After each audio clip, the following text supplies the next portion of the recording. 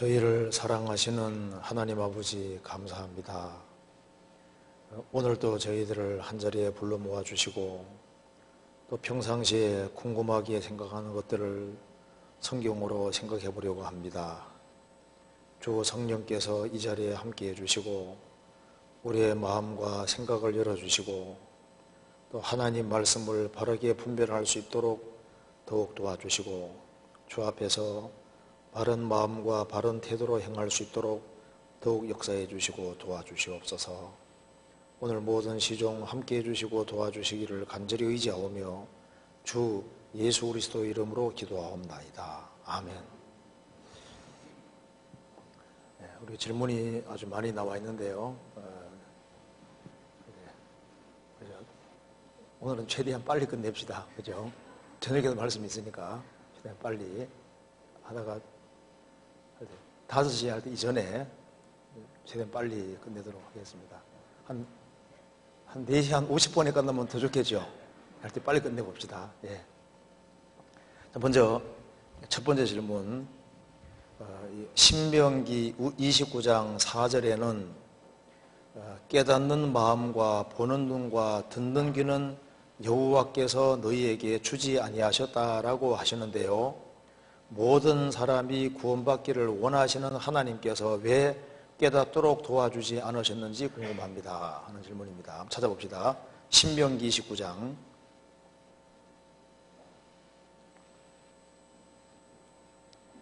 신명기 29장 4절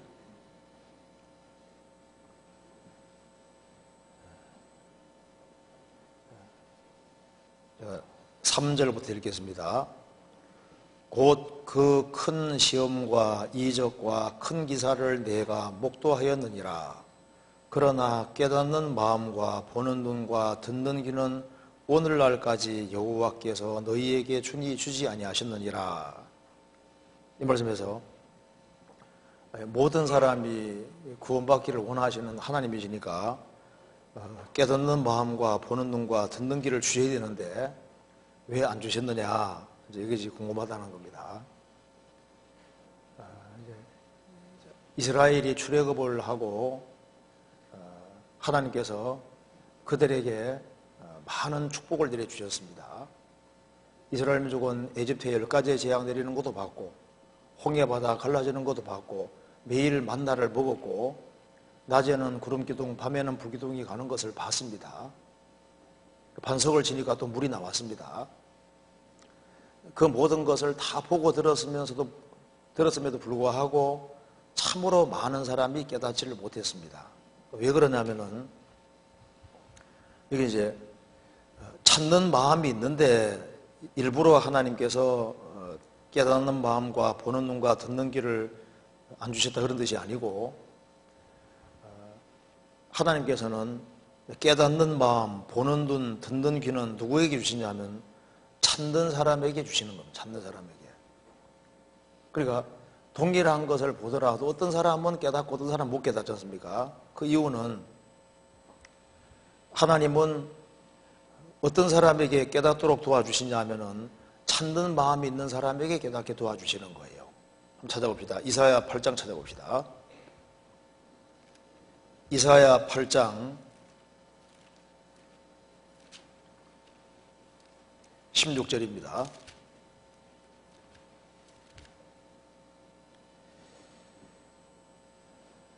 8장 16절.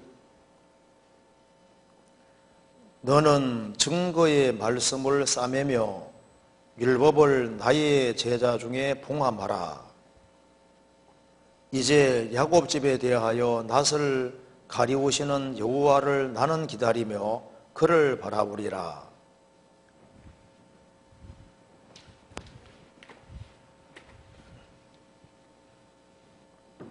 여기에 이스라엘 백성들이 타락의 길을 걸어갈 때 하신 말씀입니다. 이스라엘이 분발해서 하나님을 찾을 때는 하나님께서 말씀을 깨닫게 해주시고 그들 마음을 열어서 깨닫게 해주셨는데 이스라엘이 타락의 길을 걸어갈 때 너는 증거의 말씀을 싸매며 말씀을 싸매니까 열어볼 수가 없잖아요. 읽어도 못 깨닫는다 그런 말입니다. 율법을 나의 제자 중에 봉함하라. 그러니까 성경 읽어도 안 깨달아진다는 말씀입니다. 이제 야곱 집에 대하여 낯을 가리우시는 여호와를, 말씀 나와 있는 대로 불순종의 길을 걸어가면 하나님께서 얼굴을 가리시는 겁니다. 그래서 많은 것을 보고 듣는다 할지라도 하나님이 안 도와주면 깨달아지질 않도록 되어 있는 겁니다. 이사야 29장 보시겠습니다.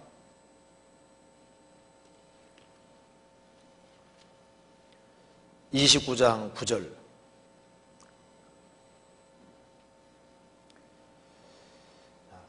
너희는 놀라고 놀라라. 너희는 소경이 되고 소경이 되라. 그들의 취함이 포도주로 인함이 아니며 그들의 비틀거림이 독주로 인함이 아니라 대저 여호와께서 깊이 잠들게 하는 신을 너희에게 부어주사 너희의 눈을 감기셨음이니 눈은 선지자요 너희 머리를 덮어졌음이니 머리는 선견자라. 그러므로 모든 묵시가 너희에게는 마치 봉한책의 말이라. 그것을 유식한 자에게 주며 이르기를 그대에게 정하노니 이를 읽으라 하면 대답하기를 봉하였으니 못하겠노라 할 것이요 무식한 자에게 주며 이르기를 그대에게 정하노니 이를 읽으라 하면 대답하기를 나는 무식하다 할 것이니라. 13절 14절 같이 읽겠습니다. 주께서 가라사대 이 백성이 입으로는 나를 가까이하며 입술로는 나를 존경하나 그 마음은 내게서 멀리 떠나나니 그들이 나를 경외함은 사람의 계명으로 가르침을 받았을 뿐이라. 그러므로 내가 이 백성 중에 기이한 일 곧 기이하고 가장 기이한 일을 다시 행하리니 그들 중에 지혜자의 지혜가 없어지고 명철자의 총명이 가리워지리라. 자, 왜 하나님 말씀을 듣고 봐도 못 깨닫느냐? 13절에 답이 나와 있기를 이 백성이 입으로는 나를 가까이하며 입술로는 나를 존경하되 그 마음은 내게서 멀리 떠났다. 그들이 나를 경외함은 사람의 계명으로 가르침을 받았을 뿐이라. 그래서 하나님 말씀보다는 사람의 계명이 앞서 있고 또 형식적으로는 하나님을 따른다고 하면서 마음이 하나님과 멀 때는 안 깨달아지는 겁니다. 그래서 모세보다 훨씬 더 많은 기적을 행하신 분이 누굽니까? 바로 예수님이잖아요. 예수님이 3년 반 동안 이스라엘 땅을 두루다니면서 그렇게도 많은 기적과 능력을 행하셨음에도 불구하고 대다수가 그리스도를 따르는 것처럼 보였지만은 참으로 깨닫지를 못하고 대다수가 예수님을 배척했잖아요. 그러니까 하나님께서 이스라엘 사람에게 깨닫는 그런 마음을 주지 않으셨던 겁니다. 왜냐하면 그들이 진정으로 찾는 것이 아니었기 때문에 그런 겁니다. 마태복음 11장 보시겠습니다. 마태복음 11장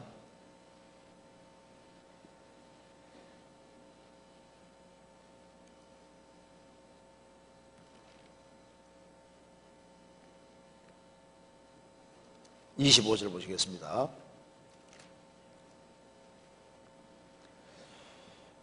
그때 예수께서 대답하여 가라사대 천지의 주이신 아버지여 이것을 지혜롭고 슬기 있는 자들에게는 숨기시고 어린 아이들에게는 나타내심을 감사하나이다.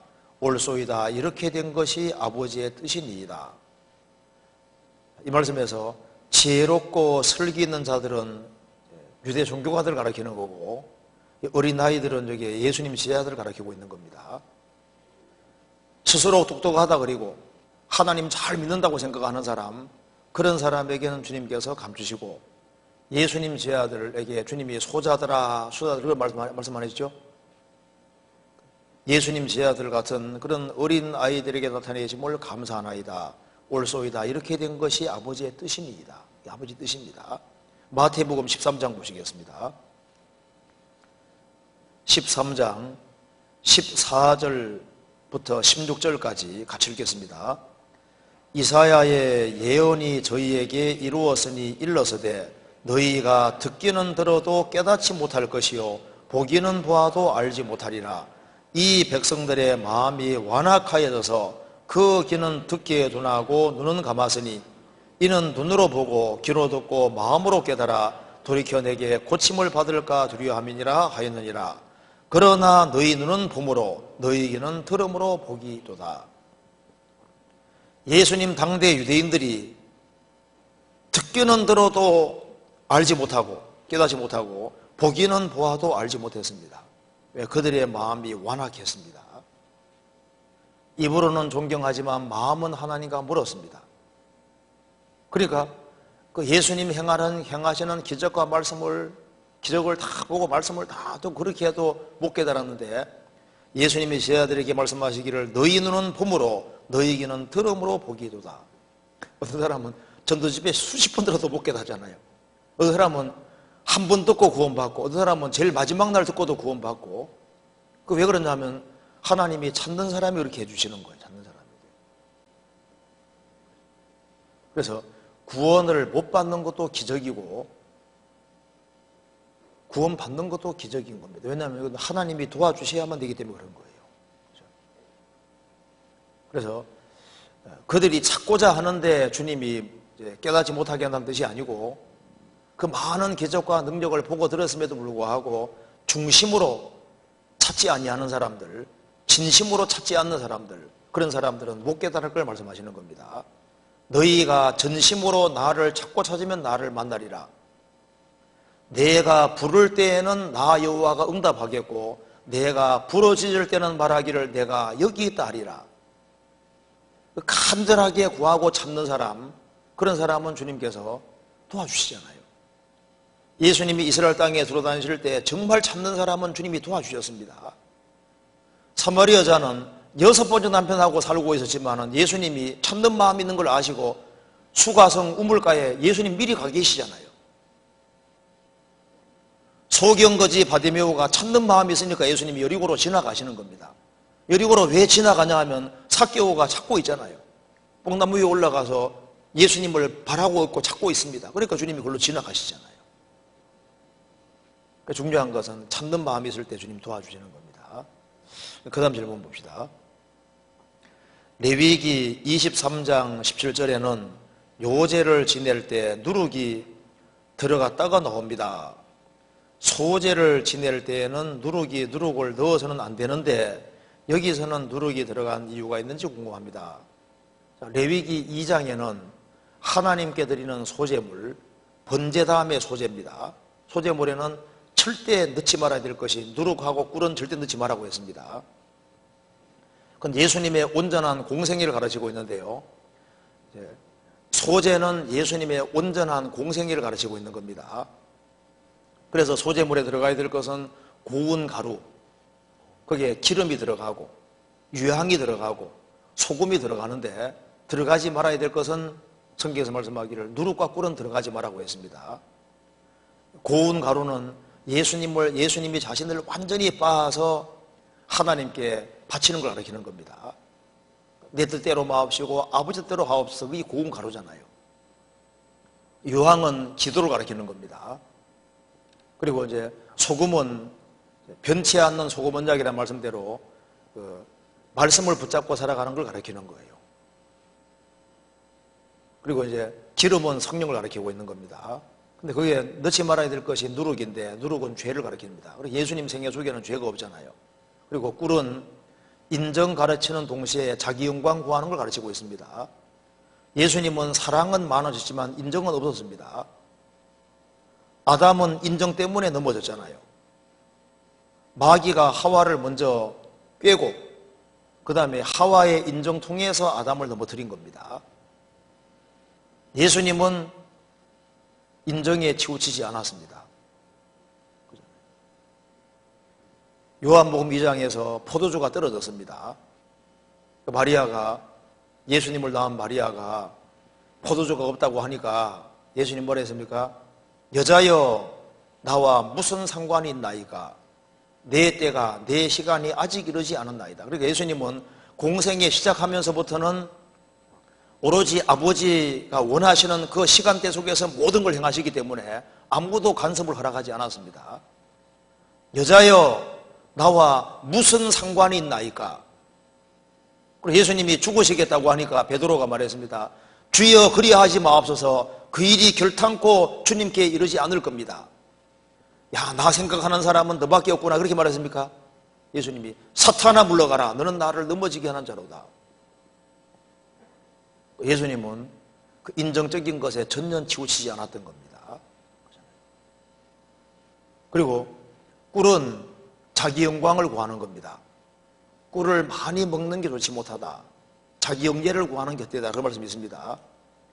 예수님은 오로지 아버지 영광 하나만을 생각했던 겁니다. 여기서 이제 누룩은 성경에 전부 다 안 좋게만 나오는데, 오순절에 드리는 그 소제에는, 요제에는 거기에는 누룩이 들어간다고 되어 있잖아요. 그게 어쩜이냐 그 말입니다. 레위기 23장 보시겠습니다. 레위기 23장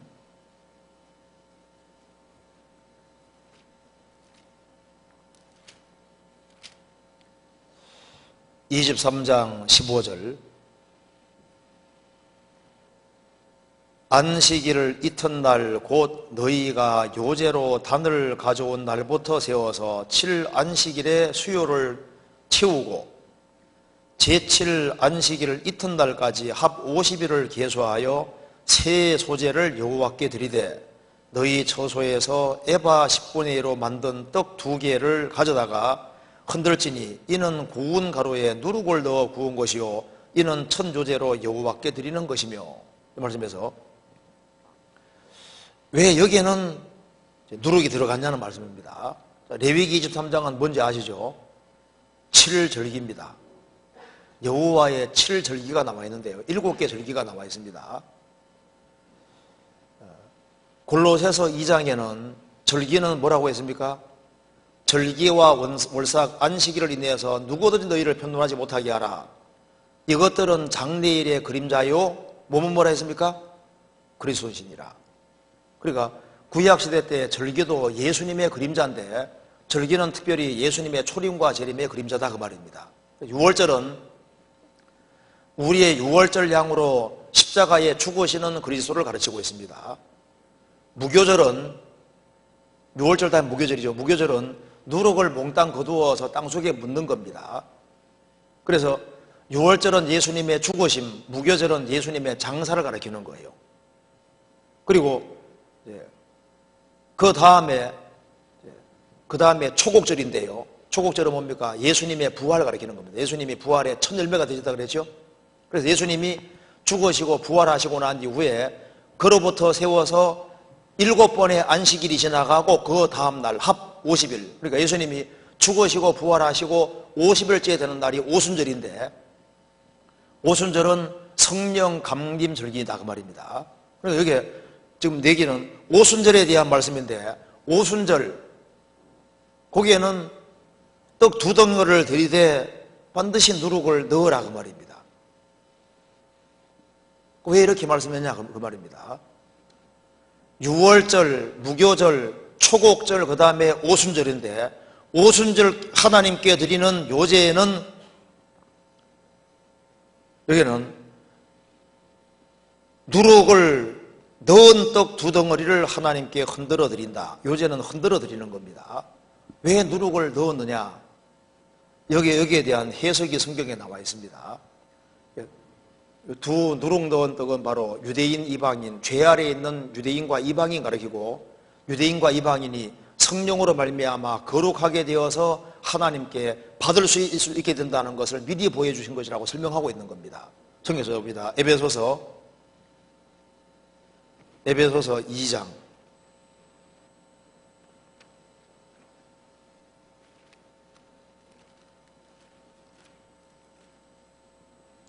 2장 14절.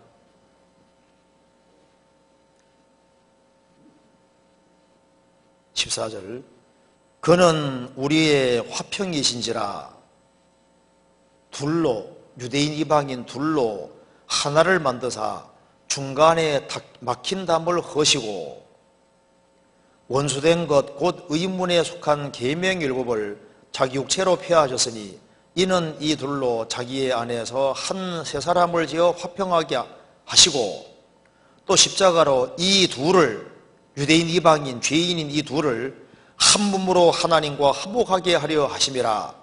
원수된 것을 십자가로 소멸하시고 또 오셔서 먼 데 있는 너희에게 평안을 전하시고 가까운 데 있는 자들에게 평안을 전하셨으니, 그 다음 읽겠습니다. 이는 저로 말미암아 우리 둘이 한 성령 안에서 아버지께 나아감을 얻게 하려 함이니라.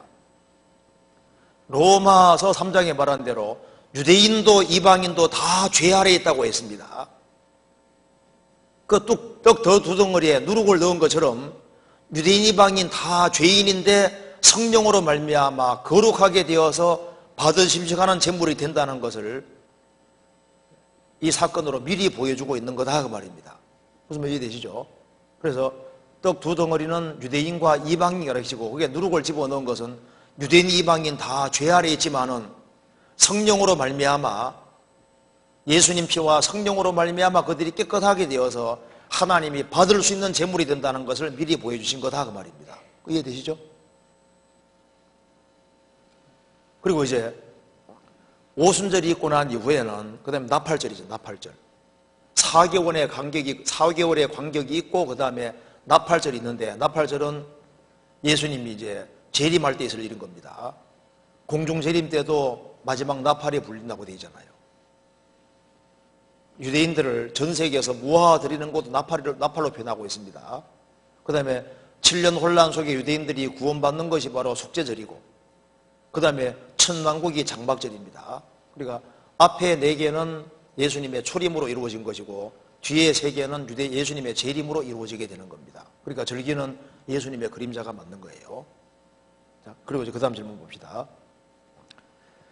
민수기 5장 11절 이하에는 의심에 대한 규례가 나옵니다.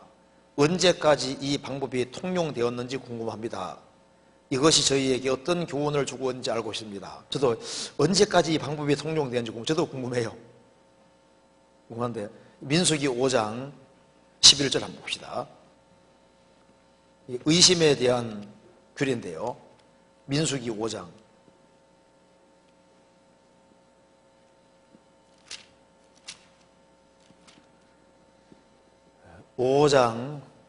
11절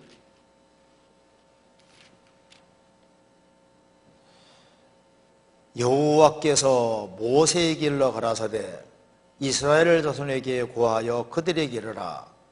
만일 어떤 사람의 아내가 실행하여 남편에게 범죄하고 하여 타인과 정교를 하였으나 그 남편의 눈에 숨겨 드러나지 아니하였고 그 여자의 더러워진 일도 증인도 없고 그가 잡히지도 아니하였어도 그 더러워짐을 인하여 그 남편이 의심이 생겨서 그 아내를 의심하였든지 또는 아내가 더럽히지 아니하였어도 그 남편이 의심이 생겨서 그 아내를 의심하거든 그 아내를 데리고 제사장에게로 가서 그를 위하여 보리가루 에바 10분의 1을 예물로 드리되 그것에 기름도 붓지 말고 유향도 두지 말라. 이는 의심의 소재요 생각하게 하는 소재니 곧 죄악을 생각하게 하는 것이니라.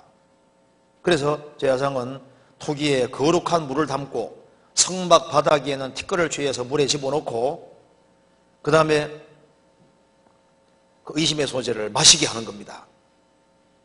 마시게 하는데 죄를 안 지었으면은 문제가 없는데 죄를 지은 것이 확실하면은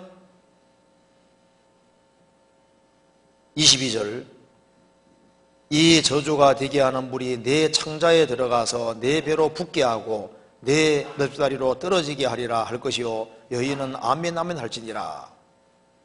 실제로 이제 먹으면은 묻고 죄를 지었으면 그런 일이 벌어지고 그래서 사람들에게 비방거리가 되고 저주거리가 될 것이 27절에 나와 있지 않습니까?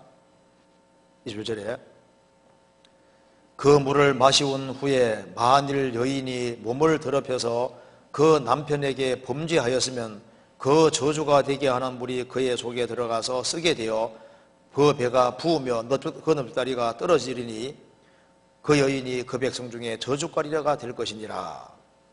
그런데 그런 일이 없었으면 아무 일이 없을 것이다. 이렇게 되어 있잖아요. 여기서는 이제 몰래 이 죄에 지었는데 의심이 생겼는데 나중에 이것이 사실로 드러났어도 죽이지는 않았지 않습니까?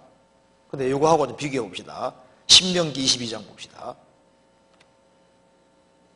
현장에 잡히면 쳐죽이라고 되어 있습니다. 신명기 22장 22절.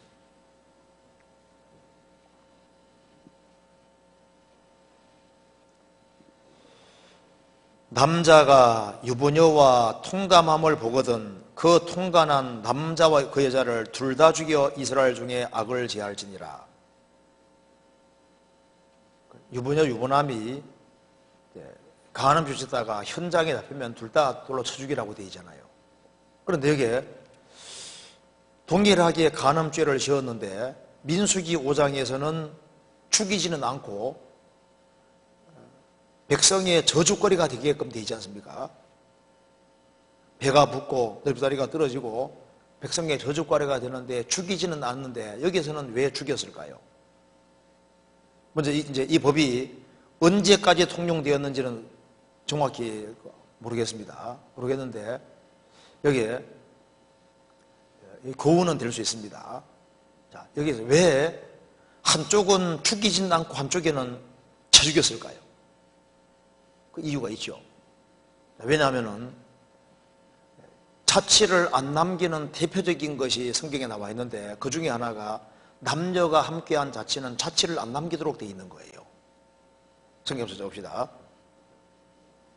성경 잠언 찾아봅시다. 30장에 가장 몰래 행해지는 죄가 바로 이겁니다. 잠언 30장 18절에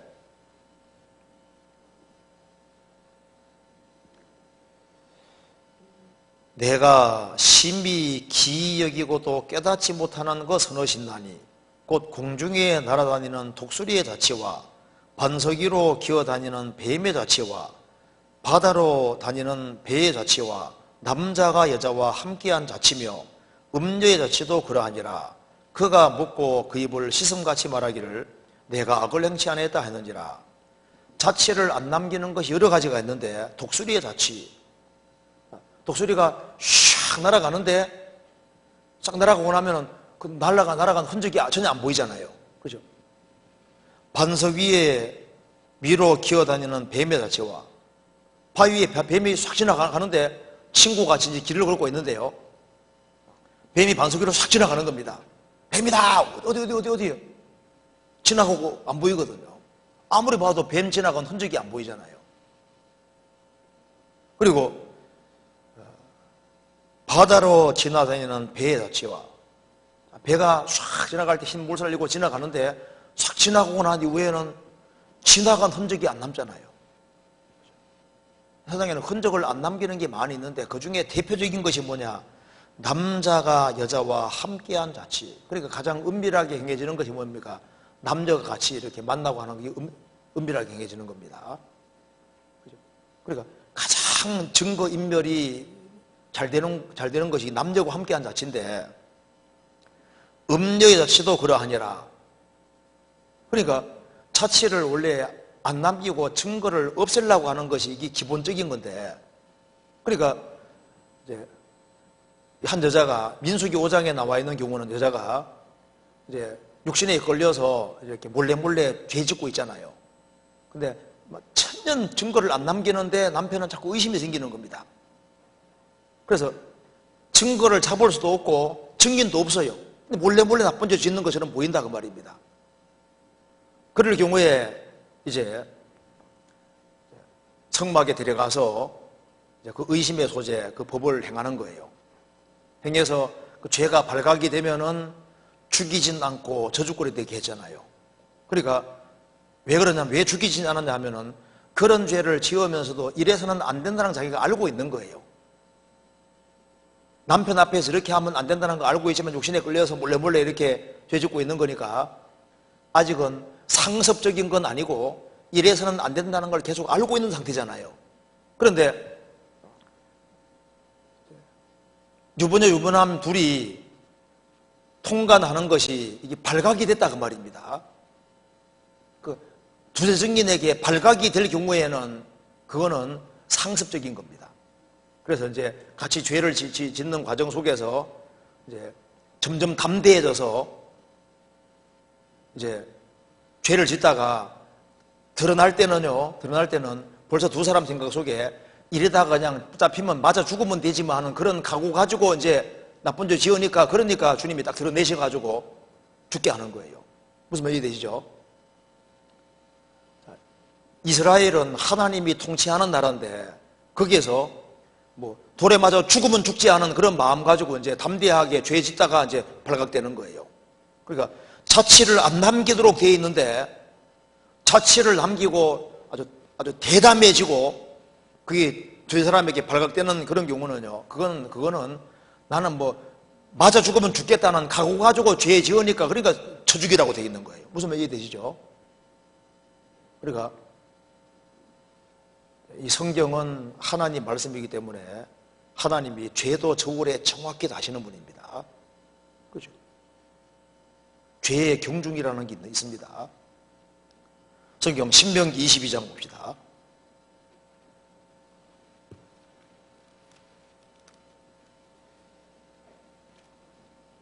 23장 24절 25절 보시겠습니다.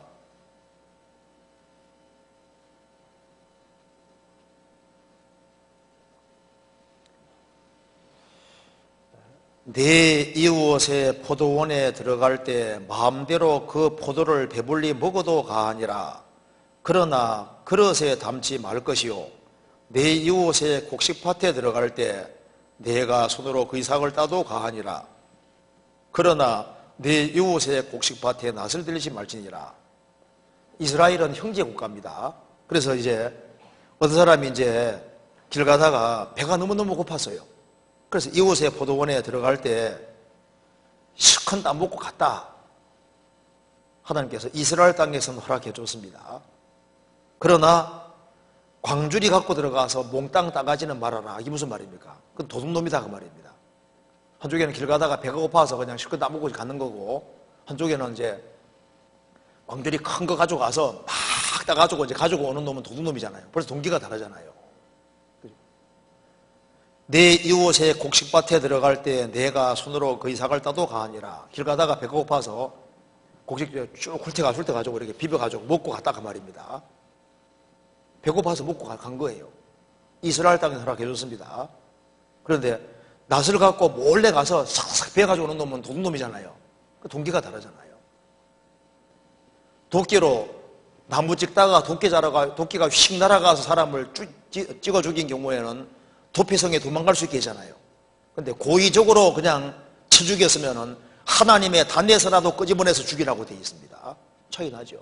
그러니까 하나님은 동기도 보시고 죄의 경중 모든 것을 다 따지는 분입니다. 죄도 크기가 다르게 되어 있습니다. 속으로 미워하는 거하고 죽이는 거하고 다르잖아요. 다를 수밖에 없죠. 그 다음 질문 봅시다. 그래서 이게 언제까지 통용되는지 그건 잘 모르겠습니다. 지금도 하고 있는지 그건 아직 모르겠습니다. 그건 확인해 봐야 될 것 같습니다. 그 다음 질문. 하나님의 은혜를 배쳐가는 사람을 위해서도 끝까지 기도하면 반드시 구원받는 것인지 궁금합니다. 예수님이 전도를 해도 배쳐가고 떠나면 구원의 기회가 이뤄지는 경우가 있는데요. 저희는 언제까지 기도를 해야 하는 것인지 궁금합니다. 하나님 은혜를 배쳐가는 사람을 위해서도 끝까지 기도하면 반드시 구원받느냐? 꼭 그런 건 아닙니다. 왜냐하면 예수님께서도 이스라엘 백성들을 건지기 위해서 그렇게 노력을 하셨잖아요. 예루살렘아 예루살렘아 선지자들을 죽이고 내게 파송된 자들을 돌로 치는 자여 암탉이 새끼를 날개 아래 모음같이 내가 내 자녀를 모으려 일이 몇 번이냐. 그러나 너희가 원치 아니하도다. 보라 너희 집이 황폐하여 버림받으리라. 마태복음 23장에 말씀한 대로 주님께서도 이스라엘 백성들을 구원시키려고 노력했지만은 이스라엘이 끝까지 거절한 사람들은 망할 수밖에 없었잖아요. 그래서 주님도 간절히 원하셨는데 그래도 이스라엘 대다수가 구원되지 못했습니다. 예수님이 십자가 달리셨을 때도 아버지여 저들을 용서해 주십시오. 저들은 자기들이 하는 것을 알지 못하나이다. 그렇게 기도했지만은 그렇다고 해서 그 밑에 있는 사람이 다 구원받은 건 아니잖아요. 그렇지 않습니까? 그런데 그래서 성경이 말씀하기를 일단 믿음은 모든 자의 것은 아니라는 건 확실합니다. 성경에서 봅시다. 데살로니가 후서 3장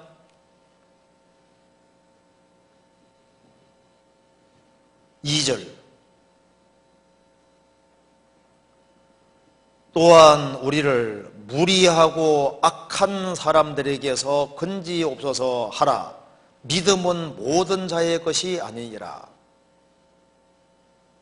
이 사람 중에 아주 무리하고 완전히 아주 몰상식한 사람이 있습니다. 아주 무리하고 악한 사람들에게서 건지옵소서 하라. 믿음은 모든 사람의 것이 아님이니라. 하나님은 모든 사람이 구원받기 원하시지만은 모든 사람이 구원받느냐 그건 아니다 그 말입니다. 세상에 아주 무리하고 아주 악한 사람들이 있는 거예요. 끝까지 내져가는 사람이 있습니다. 그런데 여기 성경에서 말씀하기를 그런데 이런 약속은 있는 겁니다. 주 예수를 믿어라. 그리하면 너와 네 집이 구원 얻으리라. 이렇게 되지 않습니까? 한 사람이 주 예수를 믿으면은 대체로 그 집안이 거의 다 구원이 됩니다. 물론 예외가 있지만은 그 사람이 구원받고 신앙생활 잘하면은 대체로 구원이 되거든요. 그래서 주 예수를 믿어라. 믿으면은 믿는 너도 구원되고 너희 집안 식구들도 믿으면 구원된다 그 말이잖아요. 그런데 한 집안 사람 중에 누구 하나 구원받으면은 서로 일단 연결이 되어 있기 때문에 구원받을 확률이 굉장히 많아지는 거예요. 물론 예외는 있습니다. 그런데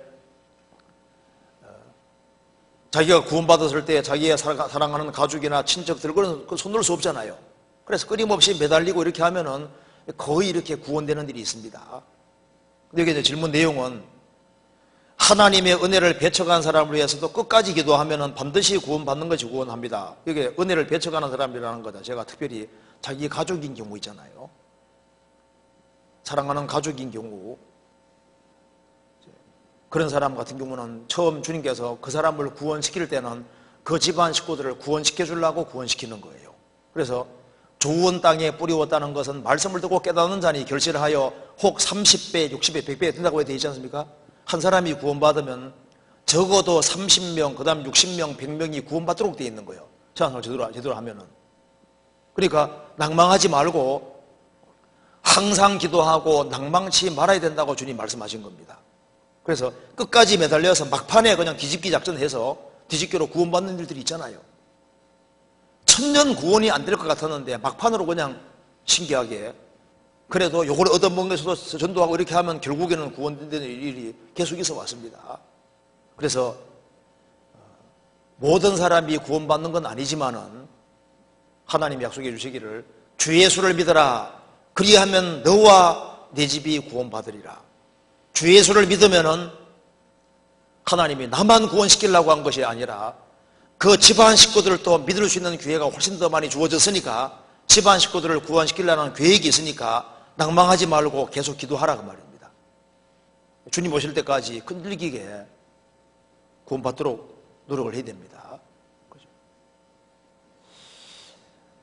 그 다음에 시편 85편 10절과 11절 말씀의 뜻이 궁금합니다. 찾아보시겠습니다. 시편 85편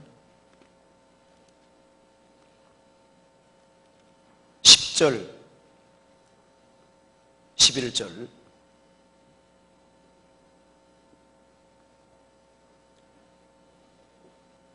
9절부터 읽어보겠습니다. 진실로 그의 구원이 그를 경외하는 자에게 가까우니 이의 영광이 우리 땅에 거하리이다. 긍휼과 진리가 같이 만나고 의와 화평이 서로 입맞추었으며 진리는 땅에 솟아나고 의는 하늘에서 하감하였도다. 여호와께서 좋은 것을 주시리니 우리 땅이 그 산물을 내리로다. 이 말씀에서 여기에 이 사건은 이스라엘이 바벨론 포로에서 돌아오는 것을 얘기를 하는 동시에 예수님으로 말미암아 사람들이 구속될 것을 미리 보여주신 말씀입니다. 이중적인 말씀이라고 할 수 있는데요. 여기 이제 질문 내용은 10절에 긍휼과 진리가 같이 만나고 의는 의와 화평이 서로 입맞추었으며 진리는 땅에서 솟아나고 의는 하늘에서 하가 마에도다. 이 뜻이 도대체 뭐냐 그 말입니다. 이것이 이런 것이 이제 굉장히 복합적인 거예요. 여러 가지 의미가 많이 포함되어 있는 겁니다. 여기에 보면은 긍휼, 진리, 의, 화평 이거 전부 다 그리스도에게 속한 겁니다. 그래서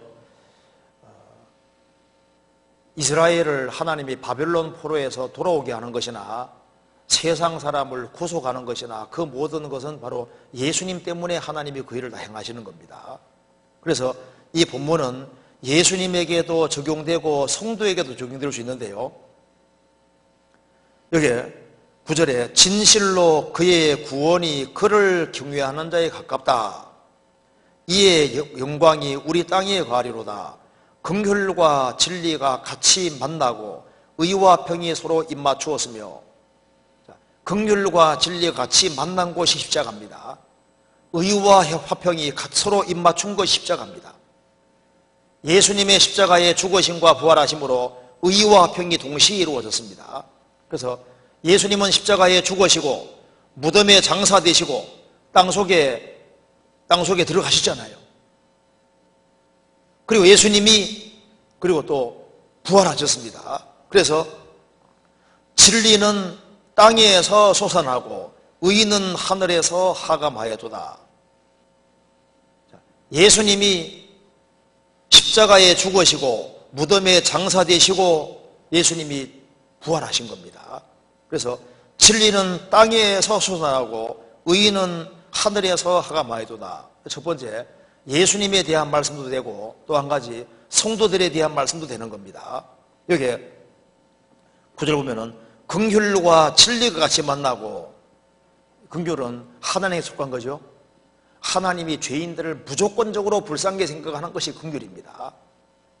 긍휼과 진리가 같이 만났다. 이게 진리가 신실함, 충성된 믿음직스러운 이런 거로 번역될 수도 있습니다. 그래서 하나님 편에서는 긍휼을 베푸시고 인간 편에서는 신실한 반응이 있을 것을 말씀하는 거예요. 그래서 긍휼과 진리가 같이 만나고 의와 평이 서로 입맞추었으며, 그래서 예수님의 공로를 받아들이는 사람에게 하나님의 의와 화평이 같이 입맞추게 되는 겁니다. 진리는 땅에 솟아나고, 그러니까 땅에서 하나님을 신실하게 추구하는 그런 것을 말하고, 동시에 의는 하늘에서 쳐다보고 내려온다는 겁니다. 그래서 진리는 땅에 솟아난다. 그 말은 하나님이 역사하시면은 땅에서 많은 사람들이 진리를 추구하고 신실하게 행동하게 되고, 하나님의 의는 하늘에서 하감하고 지상에 내려줄 것을 말씀하는 겁니다. 그러니까 이것이 복합적이고 이중적인 얘기가 포함되어 있습니다. 그러니까 이 내용은 바벨론 포로에서 돌아오는 것을 얘기를 하면서 그때도 주님이 용서해 줄 걸 말씀하시면서 예수님으로 말미암아 영원한 용서가 올 것을 이중으로 말씀하는 겁니다. 그래서 긍휼과 진리가 같이 만나고 의와 평이 서로 입맞추고, 이 모든 것이 십자가 안에서 이루어지는 거예요. 그리고 그 십자가를 깨달은 사람이 또 신실하게 반응하게 되는 겁니다. 그래서 진리는 땅에서 솟아나고 의는 하늘에서 하감하여도다. 그래서 이 복음 진리를 깨닫는 사람들, 하나님 역사하시면은 땅에서 많은 사람들이 진리를 추구하고 찾게 되는 겁니다. 그리고 신실하게 반응하게 되고, 또 하나님의 의는 또 하늘에서 쳐다보고 내려온다는 겁니다. 그렇잖아요. 이거 좀 복합적인 얘기니까 복합적으로 이해하면 되겠습니다. 그 다음 질문. 마태복음 24장 9절에 보면 마지막 시대의 징조를 말씀하시면서 사람들이 우리를 환란에 넘겨주겠고 죽인다고 말씀하셨는데, 실제로 우리가 믿음으로 인해서 사람들에게 넘겨주고 죽임을 당하는 일이 있다는 건가요? 맞다면 죽음을 각오하고 있어야 하는 건가요? 이게 참 좋은 질문이잖아요. 자, 이 말씀을 이해할 때, 자, 찾아봅시다. 마태복음 24장 찾아봅시다. 이거 중요한 질문입니다. 마태복음 24장 9절에 보시겠습니다. 자, 먼저 7절부터 보겠습니다. 민족이 민족을, 나라가 나라를 대적하여 나겠고 처처의 기근과 지진이 있으리니 이 모든 것이 지난해 시작이니라. 그때 사람들이 너희를 환란에 넘겨주겠으며 너희를 죽이리니 너희가 내 이름을 위하여 모든 민족에게 미움을 받으리라. 그때 많은 사람이 시험에 빠져 서로 잡아주고 서로 미워하겠으며 거짓 선지자가 많이 일어나 많은 사람을 미혹해 하겠으며. 이 말씀에서 그때 처처의 기근과 지진, 마지막 징조가 나타날 때 사람들이 너희를 환란에 넘겨주겠다. 그때 넘겨주겠다. 이렇게 되어 있지 않습니까? 근데 이걸 좀 아셔야 됩니다. 누가복음 찾아봅시다. 21장 보세요. 누가복음 21장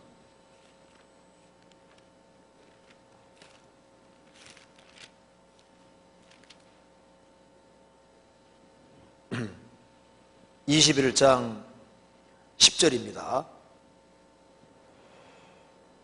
또 이르시되 민족이 민족을, 나라가 나라를 대적하여 나겠고 처처의 큰 지진과 기근과 온역이 있겠고 또 무서운 일과 하늘로서 큰 징조들이 있으리라. 이 모든 일을 전에 내 이름을 인하여 너희에게 손을 대어 핍박하며 회당과 옥에 넘겨주며 임금들과 관장들 앞에 끌려가리니 이 일이 도리어 너희에게 증거가 되리라. 그러므로 너희는 변명할 것을 미리 영구치 않기로 결심하라. 내가 너희의 모든 대적이 능히 대항하거나 변박할 수 없는 구제와 지혜를 너희에게 주리라. 심지어 부모와 형제와 친척과 벗이 너희를 넘겨주어 너희 중에 몇 명을 죽이게 하겠고 또 너희가 내 이름을 인하여 모든 사람에게 미움을 받을 것이나 너희 머리털 하나도 상치 아니하리라. 너희 인내로 너희 영혼을 얻으리라. 여기 봅시다. 처처에 기근, 지진, 온역, 그 하늘로 큰 징조들이 나타나는데 이 마지막 징조가 나타납니다. 마지막 징조가 나타나는데 이 일이 있기 전에, 저기 전에 이제 예수님이 십자가에 죽으시고 부활하심으로 구원을 완성하시고 완성하신 구원의 복음이 전 세계에 전파되는 과정 속에서 주님을 따르는 사람들이 엄청난 환난과 핍박을 받을 것을 말씀하신 겁니다. 그래서 복음이 전해지는 그 속에서 이제 그리스도인들이 역사 속에서 정말 많이 죽임을 당하고 환난을 당했지 않습니까? 그렇게 해서 복음이 땅끝까지 전해지는 겁니다. 땅끝까지 전해지고 그 다음에 처처의 기근과 지진과 온역이 나타나는데 예수님이 이제 12절에 말씀하기를 이 모든 일을 전에, 이 모든 일은 처처의 기근과 지진, 온역 이런 징조들이 다 나타나는 것이 마지막 때잖아요. 이 모든 일을 전에 내 이름을 인하여 너희에게 손을 대고 너희들이 엄청난 혼란을 받게 될 것이다. 그리고 그 사람이 구원받은 확실한 증거는 끝까지 견디는 것이 그 사람이 정말 확실하게 구원받은 외적인 증거라는 겁니다. 이걸 말씀하시면서 또 예수님이 이제 처처의 기근과 지진, 온역이 있을 걸 말씀하시면서 그때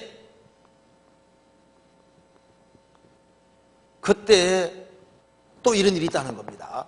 근데 이건 누구에게 말하는 거냐 하면은요, 이게 주로 유대인에게 하는 말인 겁니다. 반유대주의를 말하는 겁니다. 반유대주의. 그러니까 지금 마태복음 24장은 반유대주의를 말하는 겁니다. 주로. 그러니까 이제 누가복음 21장에서 큰 지진과 기근과 온역이 있고 무소일고 하늘로 흔진조가 있는데 이 모든 일 전에, 이 마지막 징조가 나타나기 전에, 즉 예수님이 오실 때부터 죽으시고 부활할 때 하고 오순절에 성령 강림하심으로 이제 제자들이 복음 전하는 과정 2000년 역사 속에서 크리스찬들이 많은 어려움을 당하는 일이 있다 그 말입니다. 그걸 말씀하시면서 또다시 뭘 말하냐 하면은 처처의 기근과 지진과 온적이 있는 이때에 또 이런 일이 있는데 반유대주의가 번성할 걸 주님 말씀하고 있는 거예요. 여기 이제 누가복음 21장에 나와 있는 이 모든 일을 전에 하는 12절부터 19절까지는 이 마지막 징조가 나타나기 전에 크리스찬들이 엄청난 환난과 핍박과 고난 받을 걸 말씀하신 거고, 마태복음 24장에 나와 있는 것은 이 마지막 징조들이 나타날 그때에 있을 거 말한다고 말입니다. 무슨 말 이해되죠? 그래서 마태복음 24장에 반유대주의가 나타날 것을 지금 말하고 있는 거예요. 누가복음, 마태복음 24장 봅시다. 24장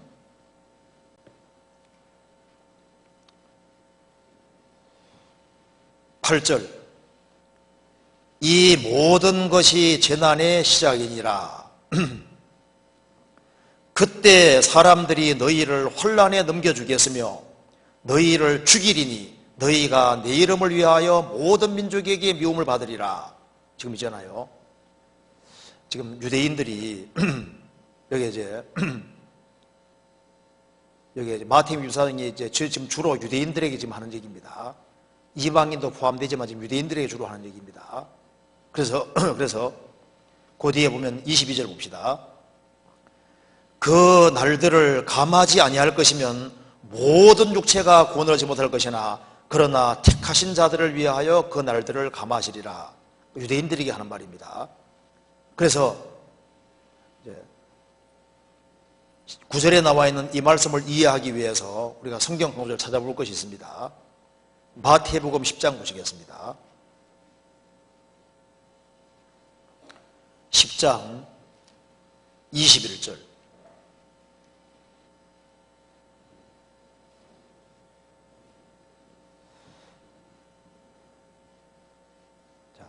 먼저 17절부터 봅시다. 사람들을 삼가라. 저희가 너희를 공회에 넘겨주겠고 저희 회당에서 책질하리라. 또 너희가 나를 인하여 총독들과 임금들 앞에서 끌려가리니 이는 저희와 이방인들에게 증거가 되게 하려 하심이라. 너희를 넘겨줄 때 어떻게 또는 무엇을 말할까 염려치 말라. 그때 무슨 말 할 것을 너희에게 주시리니 말하는 이는 너희가 아니라 너희 속에 말씀하시는 자 곧 너희 아버지의 성령이시니라 하면서 장차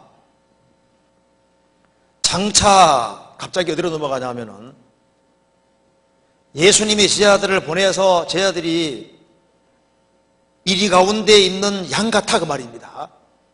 그러면서 많은 미움을 받는데 그 얘기하면서 장차 여기 갑자기 마지막 때로 넘어가서 유대인들이 이제 혼란받을 걸 말씀하는 겁니다. 장차, 자 21절부터 23절까지 같이 읽어봅시다. 장차 형제가 형제를, 아비가 자식을 죽는 데 내어주며 자식들이 부모를 대적하여 죽게 하리라. 또 너희가 내 이름을 인하여 모든 사람에게 미움을 받을 것이나 나중까지 견디는 자는 구원을 얻으리라.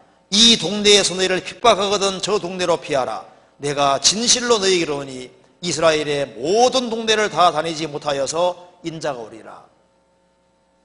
그러니까 이스라엘 모든 동네, 지금 장차 하면서 이스라엘 민족이 마지막 시대에 박해를 엄청나게 받을 것을 말씀하시면서 하는 말씀이다 그 말입니다. 이걸 다시 설명하고 있는 것이 마태복음 24장 9절 이하인 거예요.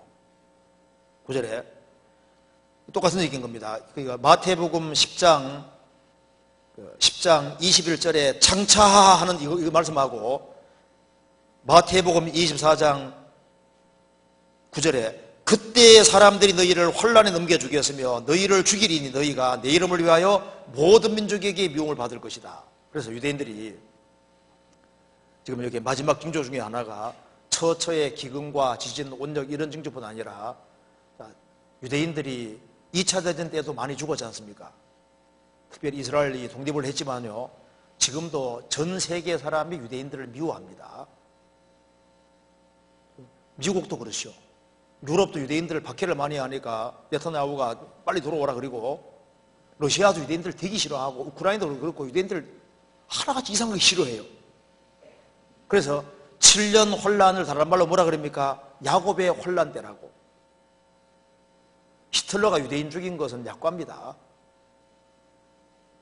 유대인이 한 3분의 2 정도가 한꺼번에 결국은 죽임 당해야 되는 거니까 예레미야 3장에 말씀하기를 이 7년 혼란을 다른 말로 여호와의 날, 여호와가 주니까 주의 날 똑같은 말입니다.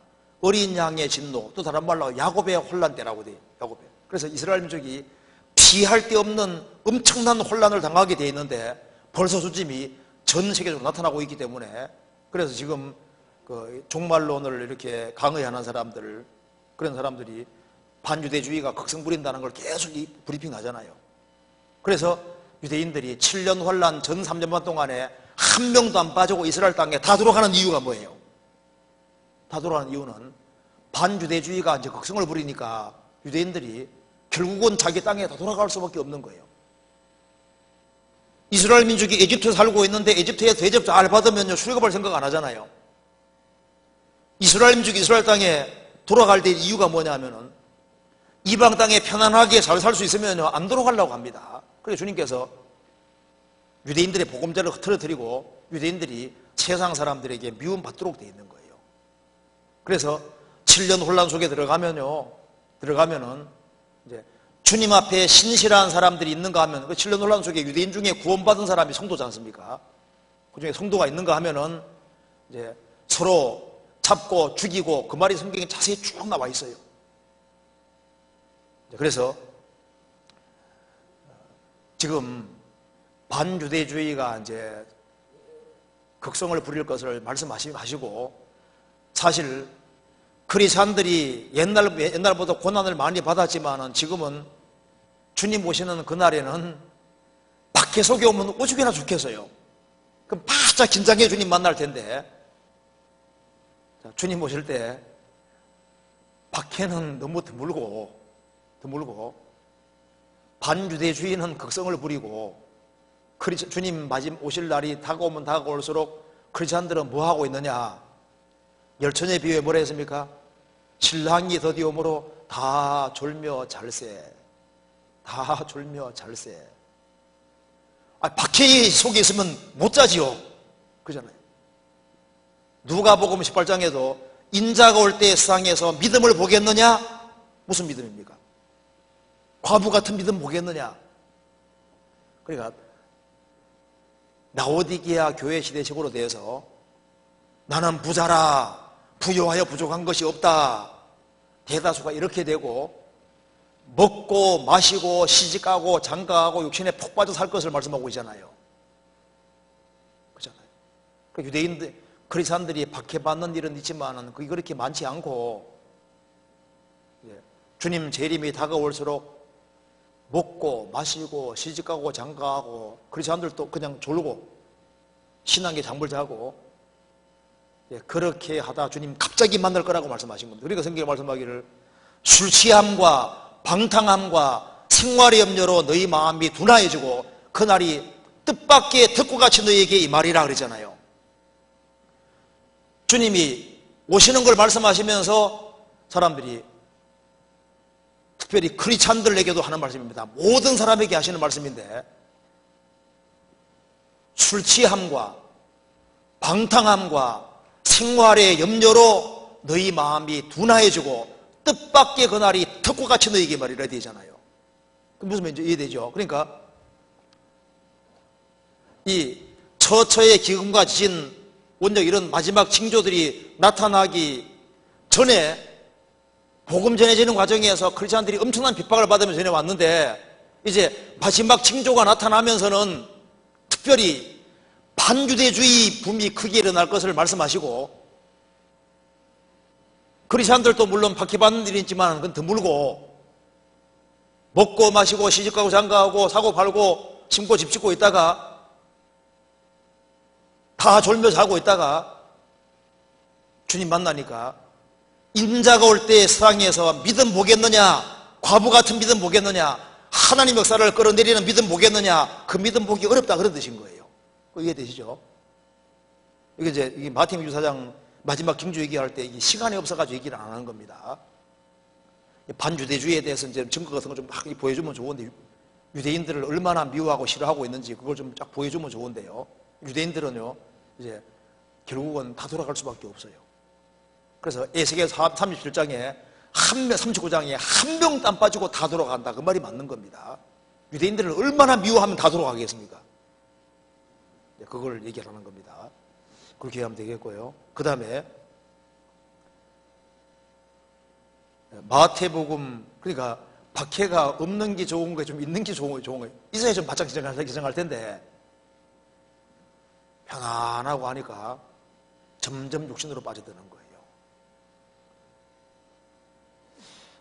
마태복음 20장 14절 15절에 보면, 이른 아침부터 일한 종과 1시간 정도 일한 종에게 똑같이 주는 것이 하나님의 뜻이라고 하며, 하나님이 선하신데 내가 악하게 보느냐라고 꾸짖습니다.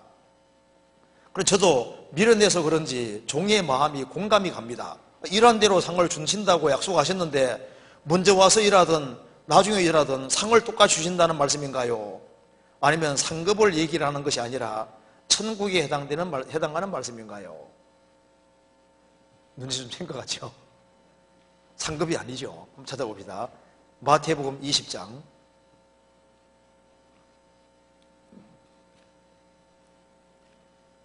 14절에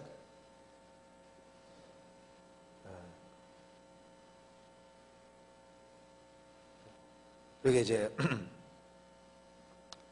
12절부터 제가 읽어보겠습니다.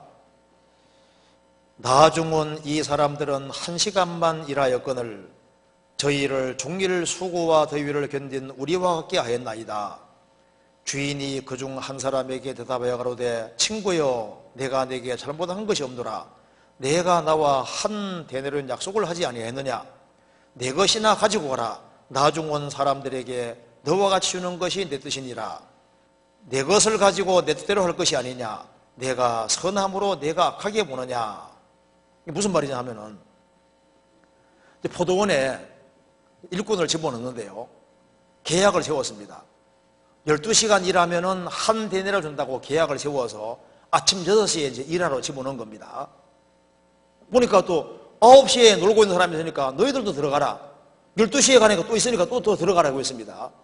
3시에 보니까 또 놀고 있으니까 너도 들어가라고 했습니다.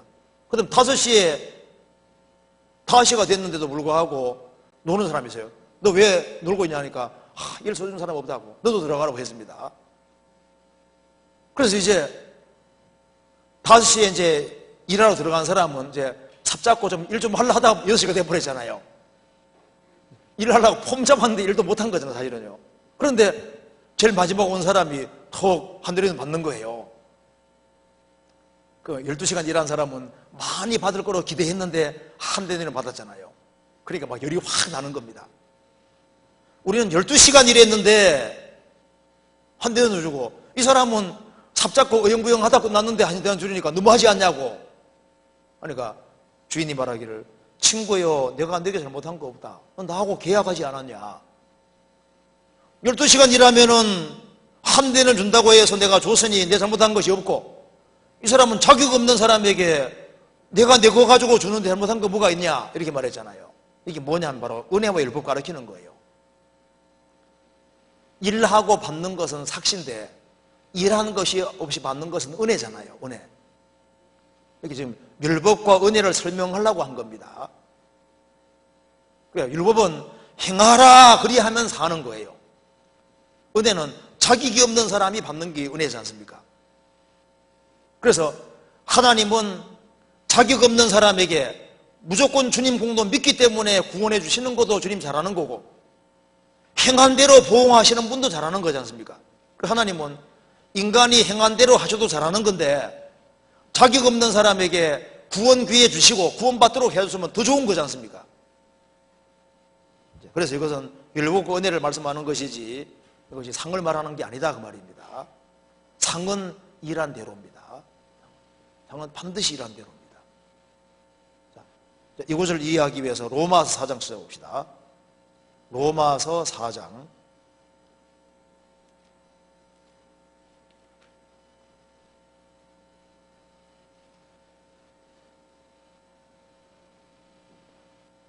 4절입니다. 일을 하는 자에게는 그 삭슬을 은혜로 여기지 아니하고 빚으로 여기거니와 이 일을 아니할지라도 경건치 아니한 자를 의롭다 하신 이를 믿는 자에게는 그의 믿음을 의로 여기시나니. 일하고 받는 건 삭시입니다.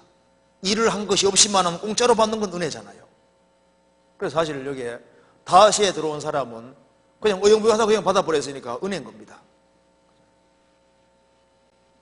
그래서 사람은 은혜로 천국 간다는 사실을 이 본문 통해서 보여주고 율법과 은혜가 뭔지를 설명해주고 있는 말씀인 거예요. 그리고 상이라는 것은 반드시 일한 대로입니다. 고린도전서 3장 보시겠습니다. 잠깐 정리해 봅시다. 고린도전서 3장 8절 같이 읽어보겠습니다. 심는 이와 물 주는 이가 일반이나 각각 자기의 일하는 대로 자기의 상을 받으리라. 자기의 일하는 대로 상을 받을 것이다. 심는 이는 복음 심어서 구원받게 하는 겁니다. 물 주는 이는 구원받은 사람 자라도록 도와주는 거예요. 심는 이와 물 주는 이가 일반이라는 말은 둘 다 똑같이 중요한 일이라는 겁니다. 각각 자기 일하는 대로 자기 상을 받으라. 상은 일한 대로입니다. 요한계시록 22장 보시겠습니다. 22장 12절 같이 읽겠습니다. 보라, 내가 속히 오리니 내가 줄 상이 내게 있어 각 사람에게 그의 일한 대로 갚아주리라. 성경에 봅시다. 정리해 봅시다.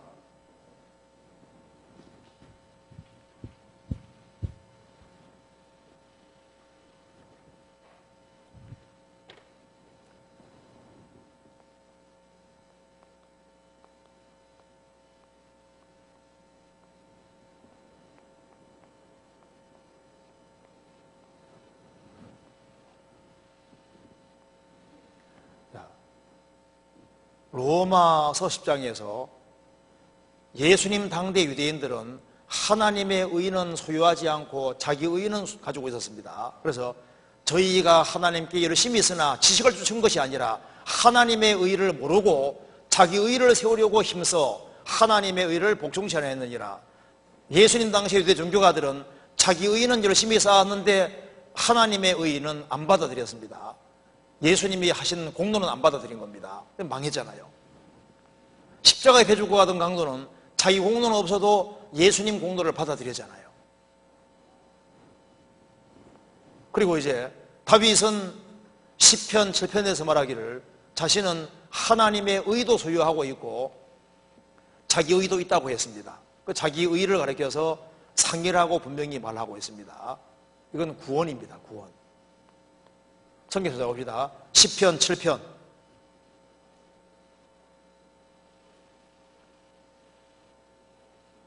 시편 7편 17절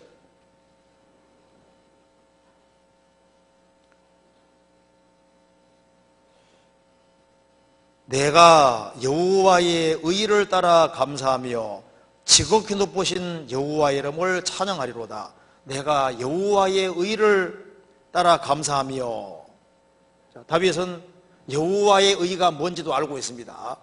그 다음에 8절 여호와께서 만민에게 심판을 행하시오니 여호와여 나의 의와 내게 있는 성실함을 따라 나를 판단하소서.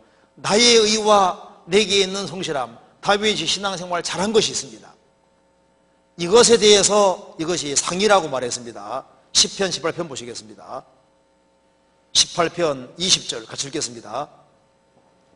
같이 읽겠습니다. 여호와께서 내 의를 따라 상 주시며 내 손에 깨끗함을 조차 갚으셨으니 내 의를 따라서 상 주셨다. 우리 신앙생활한 것에 비례해 주님이 상 주시는 것이 맞는 겁니다. 그렇죠? 그 다음에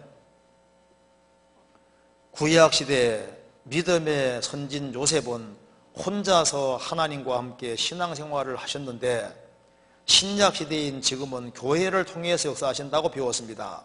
즉 구원받은 자가 아니면 신앙생활을 할 수 없는데 지금 시대에는 어떻게 이해하며 어떻게 교훈을 얻을 수 있을까요? 요셉 같은 경우는 에집트에서 혈단신으로 내려가서 신앙생활을 했다 그 말입니다.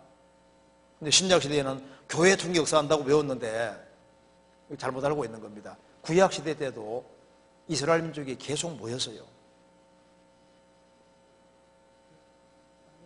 족장시대에는 그랬지만은 이스라엘이 출애굽을 하고 난 이후부터는요 계속해서 모임을 가졌던 겁니다. 그래서 이스라엘은 대회로 1년에 3차 매번 모였습니다. 이스라엘 민족들이 1년에 3차 다 이스라엘 땅에 예루살렘에 모여서 거기서 같이 하나님 말씀 배우고 했던 겁니다. 자, 출애굽을 할 때부터 무리로 나온 겁니다. 그래서 출애굽한 무리를 광야교회라고 사도행전 7장에서 말씀하고 있습니다. 출애굽할 때부터 무리고 가나안 땅 들어가서도 이스라엘은 1년에 3차 꼬박꼬박 계속 모였습니다. 그걸 가리켜서 대회라고 대회. 큰 무리로 모인 겁니다. 시편 40편 찾아봅시다.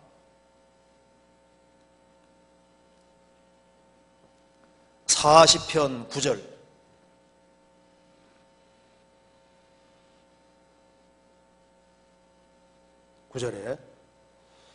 내가 대회 중에서 의의 기쁜 소식을 전하였나이다. 여호와여 내가 내 입술을 닫지 아니할 줄을 주께서 아시나이다.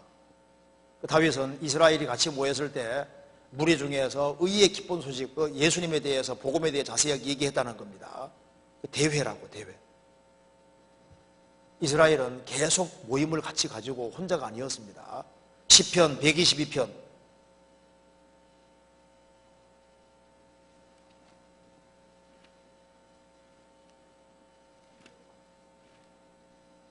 1절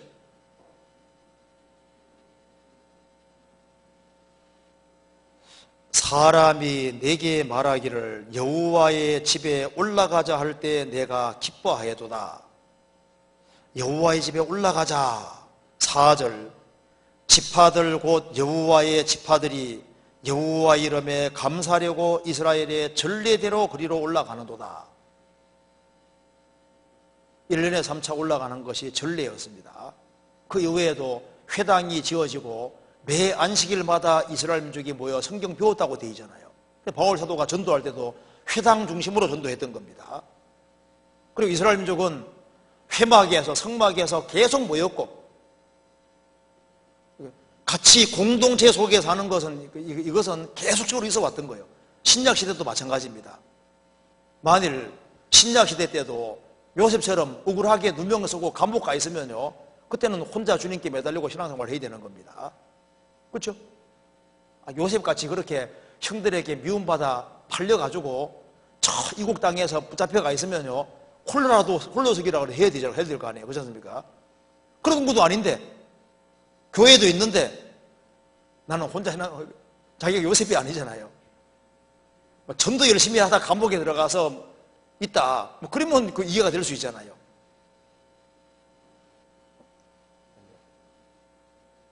그러니까 평상시에 공동체 속에 신앙생활하는 것이 맞는 거예요. 그렇게 이해를 해야 되겠습니다. 그 다음에 구원을 확실히 받으셨는데 극히 특별하게 잊어버리는 경우가 있습니다. 예를 들어 치매, 할머니, 할아버지 교통사고로 인한 기억상실. 그런데 그렇게 확실히 구원받고 감사하셨던 분들이 잊어버렸다고 해서 구원받았던 것이 아니었던 것인가요?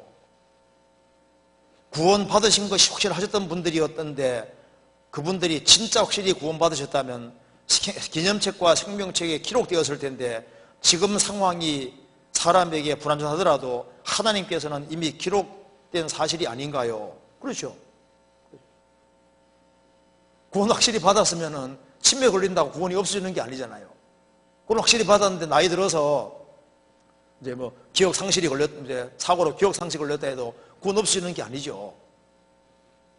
구원 없어지는 게 아닙니다. 그리고 또 이러한 일로 어떠한 구원을 얻을 수 있을까요? 구원을 확실하게 받았는데 치매 같은 것이 걸린다든가 나이가 너무 많이 들어서 이제 모든 게 흐려지는 것처럼 보일 수도 있습니다. 그죠? 기억이 오락가락하고 그런 게 있을 수도 있어요. 근데 구원이 받은 게 확실했는데 그럴 수 있거든요. 한 번은 제가 어떤 할아버님 댁을 방문했습니다. 그 할아버님이 이제 돌아가시기 얼마 전이었습니다. 그 할아버님 구원 점검해달라고. 그래서 할아버님 구원 받으셨어 하니까 받았지 어떻게 받으셨어 받으셨습니까 하니까 글쎄 누가 날 위해 피를 흘리고 죽었는데 누구지? 누구 생각이 안 나는 거예요. 아 예수님이잖아요. 그러니까 맞아 예수님이지. 그리고 나 광주에서 목욕까지 하고 왔다 하더라고요. 침대가 생각이 안 나는 거예요. 물속에 들어갔다 나왔는데 목욕까지 하고 왔다 그러더라고. 근데 그분이 돌아가시기 얼마 전에 신옷 입은 사람들이 나 데려가려고 이렇게 와 있다고. 그러면서 이제 그분 주님 품에 들어가셨는데요. 구원 확실히 받았으면은 그 구원이 없어지는 게 아닙니다. 그리고 이제 어떤 구원을 얻을 수 있을까요? 그리고 보면은 성경에 젊을 때 구원받으라는 말이 계속 나오잖아요. 젊을 때. 치매 걸리기 전에, 기억 상실이 걸리기 전에 기회 있을 때 빨리 구원받아야 됩니다. 그리고 성경 말씀하기를 청년이여 청년 시절에 구원받으라고 젊을 때 구원받으라고 성경에서 계속 공고하잖아요.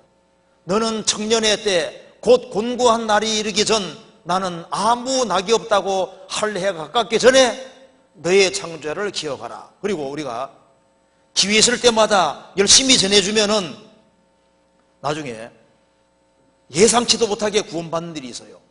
여기서 기록에 보면은 말 위에 떨어져서 한 사람이 딱 떨어졌거든. 의식을 잃었습니다. 나중에 깨어났는데 내가 언제 구원받은 줄 아십니까? 말 위에서 떨어지는 순간에 구원받았다는 거예요. 말씀은 많이 들었는데 말 위에 딱 떨어지는데 순간에 그 굉장히 길더랍니다.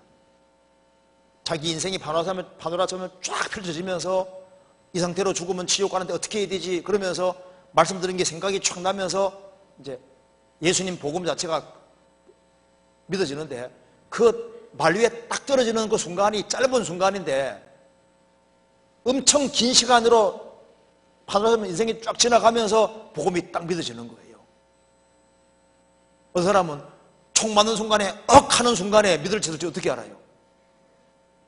저 위에 가보면은 하나님 말씀 많이 들은 사람은 그때는 안 믿어져도 억 하는 순간에 죽는 순간에 인생이 쫙 펼쳐지면서 들은 말씀들이 이제 쫙 생각나면서 죽음 본다 가면 지옥 가는데 그러면 이제 그때 복음이 딱 믿어질지 어떻게 알아요? 그래서 구원을 확실히 안 받은 줄 알았는데 가보면은 천국 와 있는 사람이 있을 수도 있습니다. 그렇잖아요. 어쨌든 간에 열심히 전해주는 게 필요하겠습니다. 그리고 여기에 에베소 교회를 책망하는 말씀이 요한계시록 2장에 나와 있습니다. 그런데 그들의 모습은 밑에 말씀처럼 그들은 또 내가 참고 내 이름을 위하여 견디고 게으르지 아니한 것을 아노라. 구원받지 않고 열심히 한 것이 아닌 구원받은 무리들이었습니다. 사람들 보기에는 부족하지 않았지만 하나님께서는 중심을 보시고 첫사랑을 버렸다고 책망하셨습니다. 만약에 저도 에베소 사람처럼 행하는 것이 에베소처럼 행하는 것이 아닌지 걱정이 되는데 정말 첫사랑을 가지고 행하려면 어떻게 해야 할까요? 어떻게 하면 하나님께서 합당하게 생각하실까요? 여기 이제 에베소 성도들이 주님을 위해서 참고 견디고 게으르지 않았다고 성경에 나와 있습니다. 그런데 첫사랑 버린 건 책망했잖아요. 그러니까 주님 사람들 볼 때 정말 참고 견디고 게으르지 아니한데 책망도 받을 수 있다 그 말입니다. 그래서 나도 참고 견디고 이렇게 하는데 내가 에베소 사람처럼 사랑이 없이 하는 것은 아닌지 이제 걱정이 된다 그 말입니다. 그런데요, 아셔야 될 것이 있습니다. 왜 주님이 그렇게 책망하셨냐 하면 이유가 있어요. 참고 견디고 게으르지 않고 일을 하는데 그걸 사랑이 없으면 계속 못하기 때문에 그런 겁니다.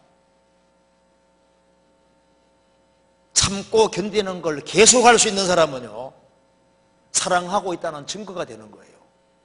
무슨 말이 되세요? 참고 견디고 그걸 계속할 때는요, 이게 정말 사랑이 없어지면은 길게 못합니다. 그러니까 성경에 촛대 옮긴다는 말이 뭐냐 하면은 사랑이 식으면은 얼마 시간 지나가면은 참고 견디고 게으르고 그것도 없어져 버리는 거예요.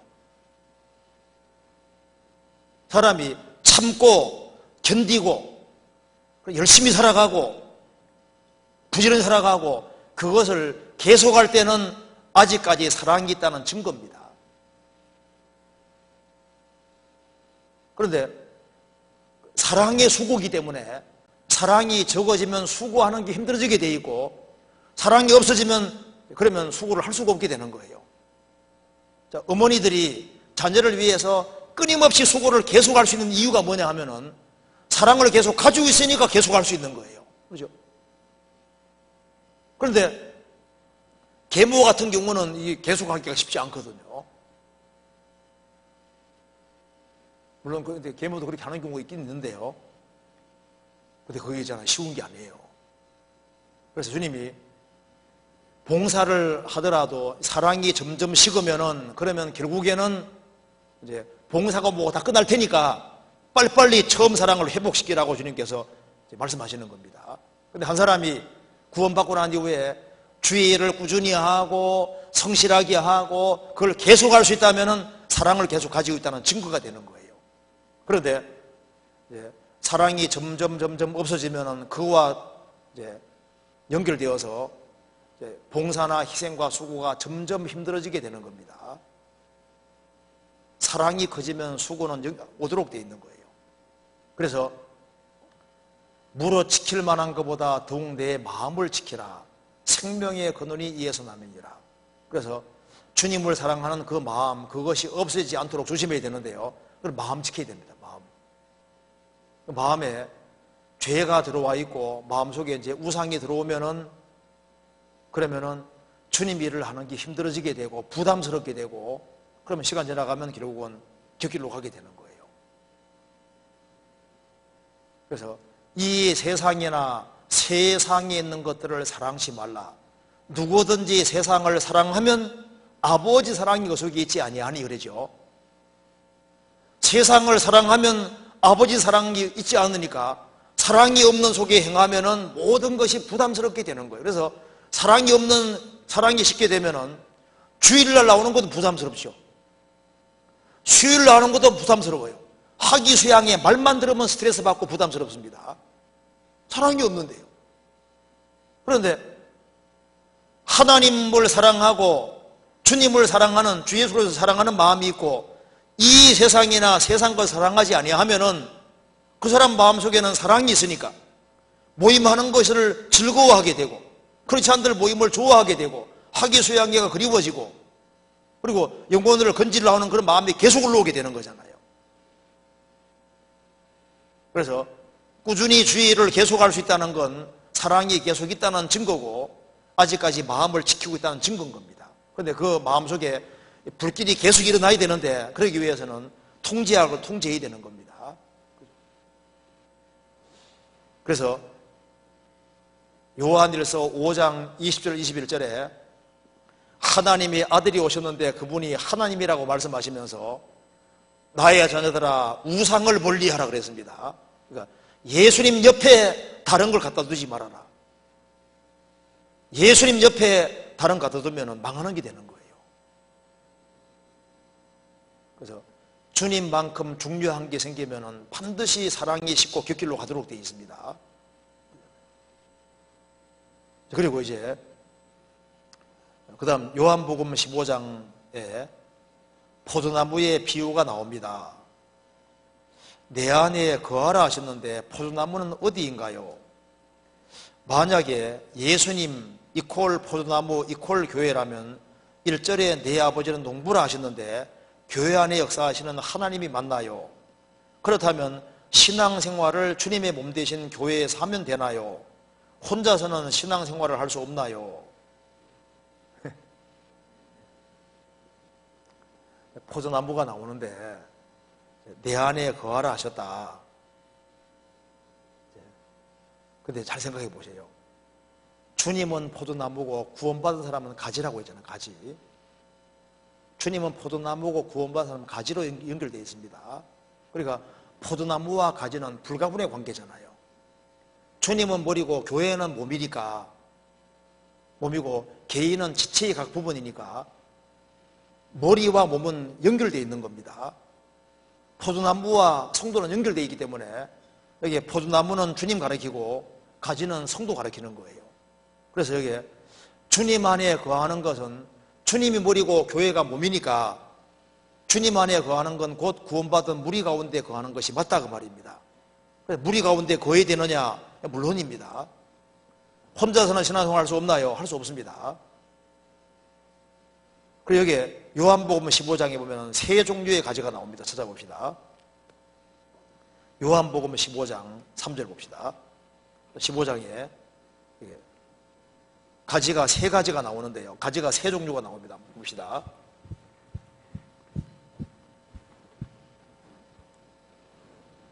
첫째는 아버지께서 재버리시는 가지가 나옵니다. 아버지께서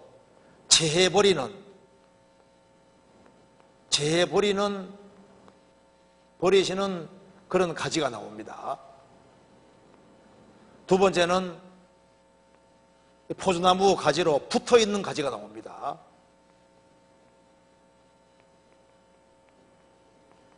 그 다음에는 가지에서 떨어져 있는, 포도나무에서 떨어져 있는 가지가 나옵니다. 떨어져 있는 가지.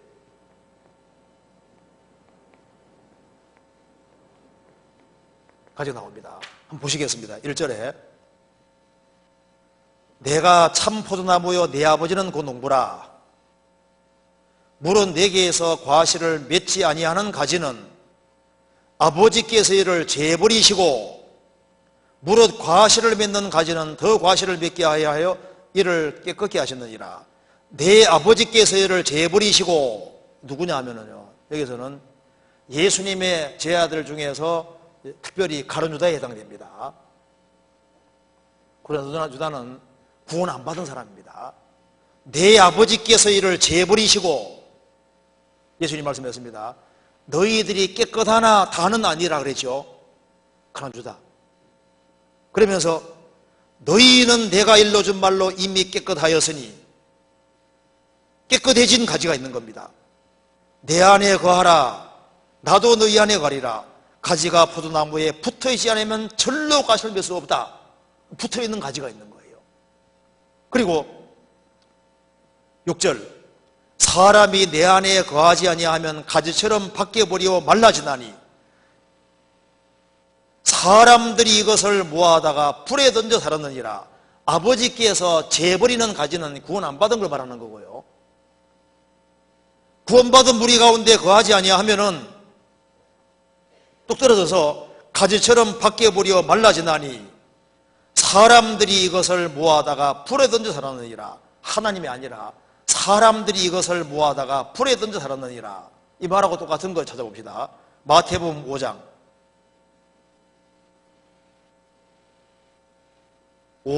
13절에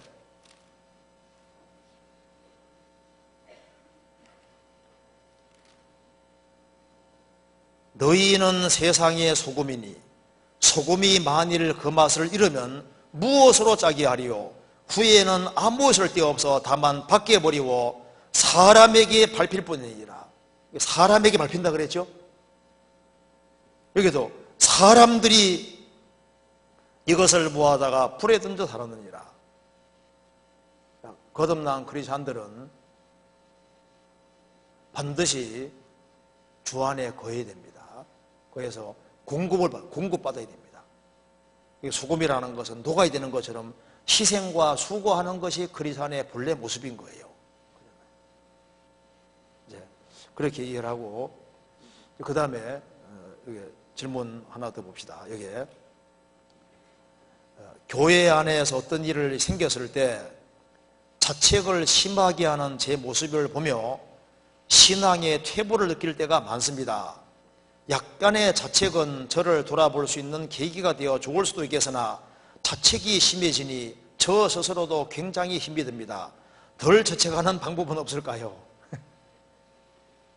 교회 안에 어떤 일이 생겼을 때 자책을 심하게 하는 제 모습을 보며 신앙의 퇴보를 느낄 때가 많다.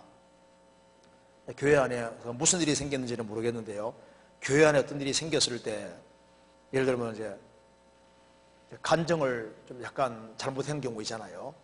뭐 과도하게 표현했을 수도 있고, 또 다른 형제자매 사이에서 말 실수했을 때도 있고, 또 내가 맡은 일을 하는 데 있어서 이렇게 매끄럽지 못하게 해서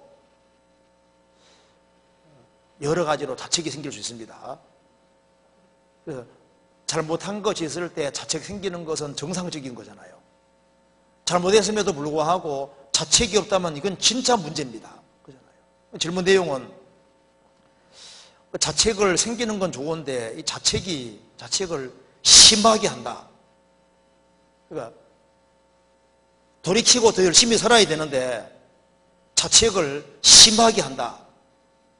번번이 잘못된 일이 생길 때마다 자책을 심하게 한다. 그래서 신앙이 자꾸 퇴보되는 걸 느낄 때가 많다. 어떤 경우에도 신앙에는 퇴보하면 안 됩니다. 어려움과 문제가 생겨도 벌떡 일어나서 앞으로 나아가야지 되는 것이지, 어떤 상황 때문에 뒤로 물러가면은 마귀만 좋아하는 거예요. 신앙생활하다 넘어질 수도 있지만은 일어나는 걸 주님 기뻐하시지, 그걸 계기 삼아서 아예 들어눕고 뒤로 물러가면 그건 싫어하는 겁니다. 우리가 신앙생활을 잘하기 때문에 신앙생활을 열심히 하는 게 아니고, 부족하면 부족할수록 더 열심히 해야 되는 것이 맞잖아요. 부족할수록 더 매달려야 되는 것이 맞습니다. 잘못한 게 있으면 자백하고 돌이키면 주님 용서해 줬다는 사실을 믿어야 되는 거예요. 마귀는 크리스찬이 잘못한 게 있을 때 거기에다가 맹공격을 퍼부어대면서 아무것도 못하게 뒤로 처지게 만들려고 하는 겁니다. 완벽하면 오죽 좋아요. 완벽하지 못해도 그 사람이 잘못한 게 있으면 즉시 돌이키고 더 적극적으로 신앙생활을 하는 것을 기뻐하시는 겁니다. 그래서 자책을 할 때 거기에 양심에 너무 기대는 경우도 있는데요, 양심도 항상 하나님 말씀을 기준 삼아야 됩니다. 자책이라는 게 양심이 찌르는 거잖아요. 근데 그 찔러도 그 기준이 성경하고 맞는 기준인지 생각해 봐야 됩니다. 저도 구원받고 처음에 계곡에 먹을 때 성경적으로는 괜찮은데 계속 질리는 거예요. 저희 집은 계곡에는 먹으면 안 되는 거라고 금기시가 돼 있었거든요. 계고기를 이제 먹으니까 찝찝한 거예요. 근데 성경을 들여다보니까 성경에는 괜찮거든요. 기준을 성경으로 삼는 것이 필요합니다. 그리고 이제 자책이 너무 심하게 되는 경우도, 분을 내어도 죄 짓지 말며 얼음을 나와 있잖아요. 해가 지도록 분을 품지 말아서 마귀로 틈을 타지 못하게 하라. 분을 내어도 죄를 짓지 말며. 분한 상황에 분이 나왔는데 내가 왜 분하는 마음을 갖지? 네가 그래도 크리스찬이야? 이래서 이제 분한 상황에 분이 나는 것이 정상이잖아요. 분을 내어도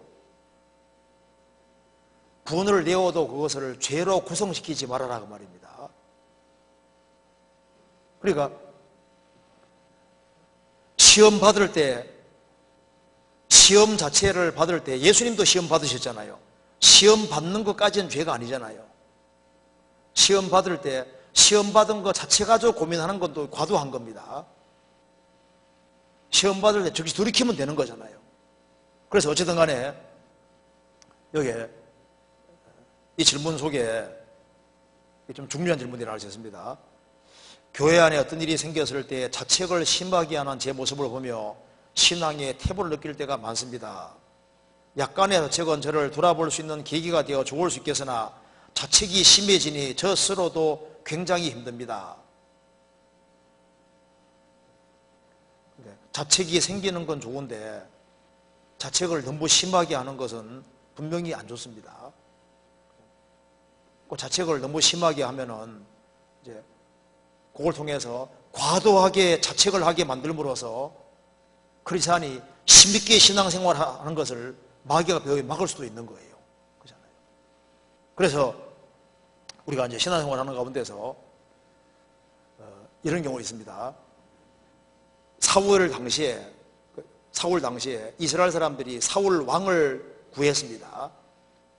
그런데 하나님, 주님 말씀하시기를 왕구한 게 얼마나 큰 죄인지를 말씀하시면서 그래도 여호와를 섬기는 데서는 후퇴하지 말라고 했습니다. 그러니까 우리가 부족한 모습이 있어도 하나님께 매달리는 것은 뒤로 물러가면 안 되는 거예요. 성경 찾아봅시다. 사무엘상 13장 봅시다.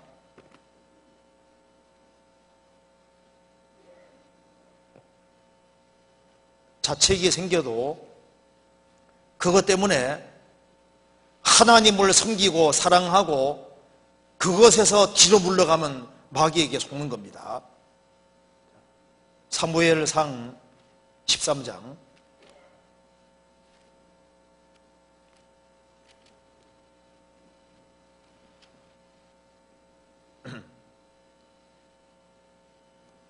여기 12장 9절입니다. 19절입니다. 모든 백성이 사무엘에게 이르되 당신의 종들을 위하여 당신의 하나님 여호와께 기도하여 우리로 죽지 않게 하소서. 우리가 우리의 모든 죄의 왕을 구하는 악을 더하였나이다. 그 다음 읽겠습니다. 사무엘이 백성에게 이르되 두려워 말라. 너희가 과연 이 모든 악을 행하였으나 여호와를 좇는 데서 돌이키지 말고 오직 너희 마음을 다하여 여호와를 섬기라. 부족한 모습이 있다고 할지라도 절대 물러나서는 안 되는 게 하나 있는데 하나님을 좇는 데서는 물러가지 말아라. 내가 부족한 것이 보이고 내가 넘어질 때도 있지만은 그렇다고 해서 하나님을 섬기고 하나님 가까이 하고 교회에 가까이 하는 이쪽에서는 물러가면 안 되는 거예요. 부족할수록 더 매달려야 되는 것이 맞습니다. 그리고 말씀과 오를 때에는 굳건히 서서 자기 믿음을 가지고 있는 것이 잘하는 겁니다. 한 군데만 더 봅시다. 로마서 14장 22절 14장 22절 같이 읽어보겠습니다. 내게 있는 믿음을 하나님 앞에서 스스로 가지고 있으라. 자기의 옳다 하는 바로 자기를 책하지 아니하는 자는 복이도다. 내게 있는 믿음을 하나님 앞에 스스로 가지고 있으라. 말씀에 비춰봤을 때 옳다고 판단될 때는 남이야 뭐라 하든 말든 관계없이 말씀하고 딱 일치하면요,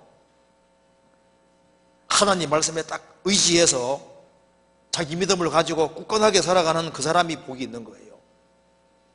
그래서 다른 사람 나를 어떻게 생각할까, 그것에 너무 치우치지 말고 성경에 뭐라고 되어 있냐는 걸 보고 성경하고 딱 바르면은 다른 사람이 어떻게 판단하든 관계하지 말고, 그리고 꾸준히 행하는 것이 필요한 겁니다. 그래서 여기에 자책하는 마음이 들 수는 있는데요, 그렇다고 해서 신앙에서 후퇴하도록 부추기는 것은 그 배우의 마귀가 있는 겁니다. 다른 건 몰라도 하나님 섬기고 가까이 하는 데는 절대 뒤로 물러가면 안 돼요. 그리고 이제 마지막 질문에 저기압이 심한 자매입니다. 어느 날 TV를 보다가 저기압이 심한 사람들은 자기 전 술 한 잔 정도 마시면 도움이 된다는 얘기를 들었습니다. 약으로서 마시는 술은 괜찮은 건가요? 그리스도인으로서 마음에 걸림이 됩니다. 저기압이 되면 술보다 더 좋은 게 뭡니까? 성령이잖아, 성령. 술 취하지 말라 이는 방탕한 것이니 오직 성령의 충만을 받으라. 술 먹으려 하지 말고 술에 잠긴 세상 사람들은 성령이 있는지도 모르니까 이제 저기압일 때 술 먹으라고 하는데 그건 세상 사람 처방이고 성경에서 뭐라 그랬습니까? 죽게 된 사람, 고통 있는 사람, 그런 사람은 오히려 성령 충만 받으라고 말씀하고 있는 겁니다. 구원받은 사람은 성령 충만을 받도록 해야 되고 성령을 술 마시는 대신에 말씀을 많이 마셔요. 교제 가운데 가서 같이 교제하는 시간을 더 많이 가져요. 그것이 필요할 겁니다. 그래서 죄의 법을 사랑하는 사람에게는 큰 평안이 있습니다. 그리고 모든 상황을 감사로 안 받기 때문에 저기압이 되는 거예요. 이런 상황 저런 상황 어떤 상황 주어지든 간에 그 주어지는 상황을 감사함으로 받는 것이 필요합니다. 감사함으로 받고 그리고 세상 사람들의 처방 따르지 말고 주님 처방 따라요. 술 취하지 말라 이는 방탕한 것이니 오직 성령의 충만을 받으라. 오늘 여기까지 하도록 하겠습니다. 그럼 질문이 많이 있는데요. 그럼 다음번에 하겠습니다. 같이 기도하시겠습니다. 자비로우신 우리 아버지 하나님 감사합니다. 저희들을 구원해 주시고 또 주님의 은혜와 사랑 가운데 살게 해주시는 것을 진심으로 감사합니다. 구원받은 모든 식구들을 마음을 붙잡아 주시고 무엇보다도 주님을 가까이 할 수 있도록 도와주시고 또 주님의 영광을 위해 살 수 있도록 더욱 역사해 주시고 도와주시옵소서. 또 다음 시간 주님의 거룩한 말씀께 부탁드립니다. 주 예수 그리스도 이름으로 기도하옵나이다. 아멘. 수고하셨습니다.